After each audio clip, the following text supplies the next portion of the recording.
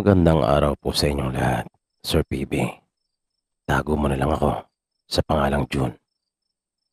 Bali ito pong ikukwento ko sa inyo, Sir PB, ay nangyari nung ako po ay 17 anyos pa lamang. Kaya naganap po ito. Mahigit isang dekada na rin ang nakalipas. Nagbakasyon po kami nun sa probinsya nila mama. Namatay po kasi ang tatay nila. Bali pangalawang punta ko na sa probinsya nila. Kaya kahit papaano ay kilala ko na yung mga kamag-anak namin doon.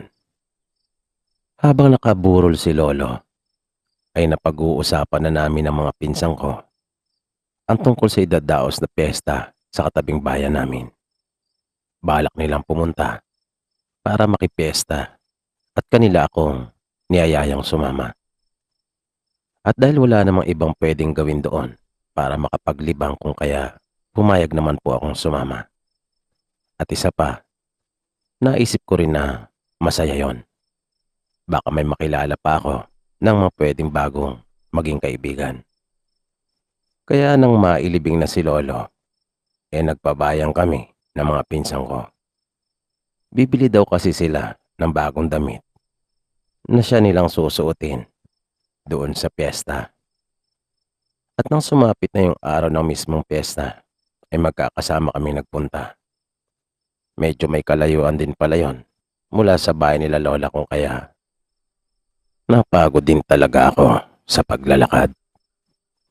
Pagdating namin doon ay napakaraming tao ang nasa labas. Ramdam na ramdam mo yung kasiyahan nila at yung okasyon na kanilang ipinagdiriwang. Ang daming palaro at mga palabas. Wala ring tigil sa kakabayo yung sound system na kanilang inarkila. At halos lahat ng bahay ay napakaraming handa at nag-aanyayang kumain sa kanila. Yun yung unang beses na nakaranas ako ng pesta doon sa probinsya. Kaya nasabi ko talaga sa aking sarili noon na ibang iba pala talaga ang piyesta sa probinsya kaysa sa Maynila. Doon kasi kahit di mo kakilala ay yayayain ka. At para bang matagal ka nang kakilala, pakikitunguhan ka mabuti at iistimahin talaga. Ako na nga lang ang tumatanggi nung huli pagkat nabusog na ako dahil na rin sa dami ng aking nakain.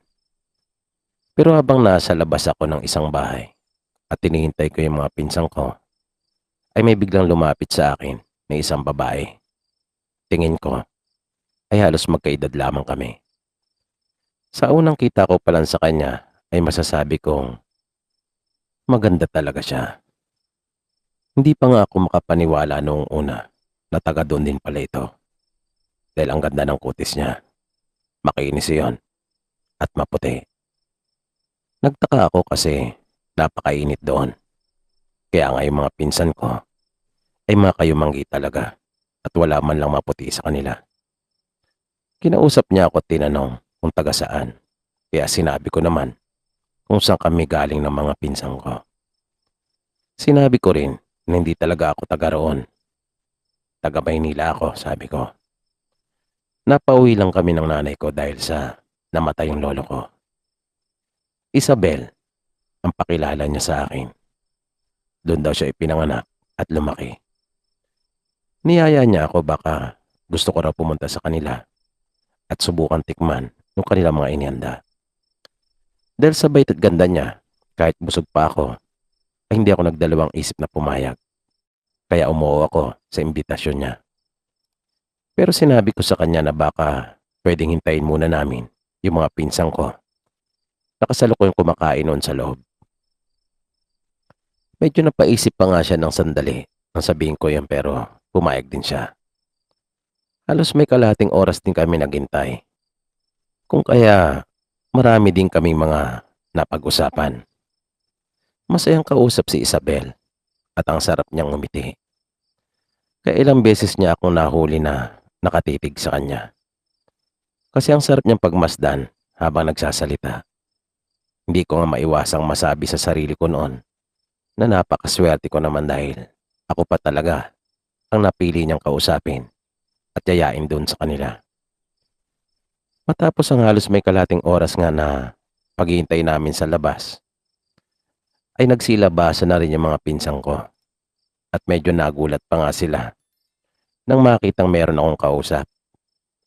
Paglapit nila sa akin ay makailang beses akong siniko ng mga pinsan kong lalaki at kinulit akong ipakilala ko sila kay Isabel. Habang panay naman ang pagtatanong sa akin ng dalawang pinsan kong babae kung sino daw ito. Kaya tumayo na ako at ipinakilala ko sa kanilang lahat si Isabel. Tumayo din naman si Isabel at inilahad niya sa kanila ang isa niyang kamay. Sinabi ko sa mga pinsan ko na niyayaya kami ni Isabel na magpunta sa bahay nila para doon naman makisaya at makikain. Tuwang-tuwa naman yung mga pinsan kong lalaki nang marinig nilang sinabi kong yon at nagmamadali na sila. Umalma naman yung mga pinsan kong babae at paano na raw yung plano naming manood ng mga palabas doon sa may plaza. Pero nagpumilit yung mga pinsan kong lalaki at sinabing sandali lang kami kanila Isabel at manunod na lang kami pagbalik. Kaya matapos namin makapag-usap ay umalis na kami at tinungo ang bahay nila Isabel. Habang naglalakad kami ay may nadaanan kaming mga tao. Nag-uumpukan sila at nagkakagulo. Kaya napausyoso din kaming magpipinsan. Nagulat kami sa aming nakita. Nanindig talaga mga balahibo ko ng mga sandaling iyon. Dahil may isang lalaki na nakahandusay at duguan ito. May mga malalaki at mahabang sugat. May mga nagsasabi na sinuwag daw ito ng kalabaw. May mga nagsasabi namang aswang daw ang gumawa noon sa lalaki. Pero ang isang pinagtataka ko ay nung mapatingin ako kay Isabel. Bakit gano'n na lang yung paraan ng pagkakatingin niya doon sa lalaki? Galit na galit ang kanyang muka at grabe ang pagkakatitig niya dito. Nanlilisik talaga ang kanyang mga mata. Dilat na dilat at halos hindi kumukurap. Tapos biglang nagbago ang kanyang muka na para bang nangingiti naman siya at natutuwa sa sinapit ng lalaki. Kaya medyo nawirduhan talaga ako sa kanya. Ngunit hindi ko nilang iyon ipinalata at ibinaling ko na lang sa iba yung aking atensyon. Matapos iyon ay nagtuloy na kami. Pero medyo nag-iba na yung pakiramdam ko. Malayo-layo pa yung nilakad namin bago tuluyang narating yung bahay nila Isabel. Pagdating namin doon, ay di talaga maiwasang igala ko yung aking paningin. Para kasing hindi piyesta ay pinagdiriwang nila. Dahil kung anong sigla at saya doon sa pinanggalingan namin, ay siya namang lungkot at walang kabuhay-buhay doon sa kanila. Napakatahimik at wala man lang anumang palamuti na nakasabit. Kaya nagtaka din yung mga pinsan ko at tinanong nila si Isabel kung bakit ganun doon sa kanila. Biglang sumeryoso ang mukha nito at sinabing kabaliktaran talaga sa karaniwan ang paraan ng kanilang pagdaraos ng kapistahan. Mas pinili daw kasi ng kanilang mga ninuno na idaos ang mahalagang okasyon na iyon ng taimtim at punong-puno ng paggalang. Hindi daw sila mahilig sa mga kalayawan at ingay. Ang gusto daw nila ay tahimik at simple. Pero masaya pa rin man daw nilang nairaraos. At sinabi pa niya sa amin na kaya niya kami niyaya ay para matikman ang masasarap nilang pagkain na niluto. Kaya iyon na lang daw ang pagtuunan namin ng pansin. Maya-maya ay isa-isa na naglalabasan ang mga tao mula sa kanya-kanyang mga tahanan. At napansin namin na para bang natatakot ang mga ito at hindi sanay na makisalamuha sa mga tao. Nasa gilid sila ng dingding ng kanilang mga bahay at doon nakasilip. Kaya nawirduhan na rin talaga sa kanila kahit ang mga pinsan ko. Sinabi ko nga sa kanila na umuwi na kami dahil may nararamdaman na akong hindi maganda mula nang makita ko yung naging reaksyon ni Isabel doon sa lalaki. Pero ayaw pumayag ng mga pinsan kong lalaki. Ayaw pa raw nilang umuwi dahil gusto pa raw nilang makasama at makakwentuhan si Isabel.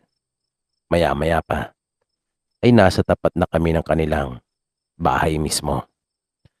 Umuna siya sa amin ng bahagya at inimbitahan na kaming pumasok sa loob ng bahay nila. Walang kagamit-gamit ang bahay nila na yon. Pinaupo niya kami. Pumasok siya sa isang silid at paglabas niya ay mga kasama na siya. Pinakilala niya sa amin ang kanyang ama't ina. Matapos iyon ay nagpunta ng mga ito sa kanilang kusina. Di namin maiwasang hindi mapansin yung kakaibang pakiramdam doon sa loob ng bahay nila. Parang hindi kasi talaga piyesta. Walang kabuhay-buhay. Parang ang lamay yung napuntahan namin at hindi pistahan. Pagbalik ng mga magulang ni Isabel ay may dala na silang mga pagkain. Nakailang balik pa sila sa kusina hanggang sa tuluyan ng napuno ng pagkain yung kanilang mesa. Namangha kami sa dami ng pagkain inihain nila sa amin. At mukha iyong masasarap lahat. Pero nakapagtataka lang rin talaga dahil sa wala sa itsura nila at ng kanilang pamamahay na may ganun pala sila karaming handa. Parang hindi talaga kami makapaniwala. Sinabihan nila kami na kumain na pero hindi ako kumain dahil sa busog pa talaga ako. Tinabihan pa nga ako ni Isabel at pinipilit niya akong kumain. Sabay daw kami. At biniro pa nga niya ako na susubuan basta kumain lang daw ako. Katakot-takot na pambubuska naman ang inabot ko sa mga pinsan ko. Hanggang sa napansin naming unti-unti na nagkukumpulan yung mga tao sa labas ng bahay nila Isabel. Kaya panay din ang lingon ko. Dahil pakiramdam ko, para bang susugurin na kami ng mga ito. At nang minsan lumingon ako, ay napansin kong parang may nagiging mga pagbabago sa kanilang mga mukha. Kaya naalala ko yung mabagsik na mukha ni Isabel nung tinitingnan niya yung lalaki na nakahandusay at naliligo sa sarili nitong dugo. Ganon na ganon ang itsura ng mga tao sa labas ng bahay nila Isabel. Kaya kinakabahan na ako noong mga sandaling iyon.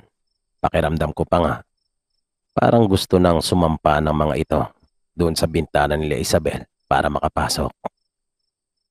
Hanggang sa unti-unti nang nagkakatotoo yung masamang hinala ko.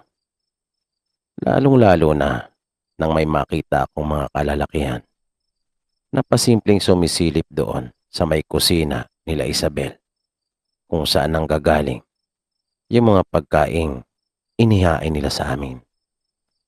At ang mas nakakatakot pa ay nakita kong may hawak pang itak ang mga ito.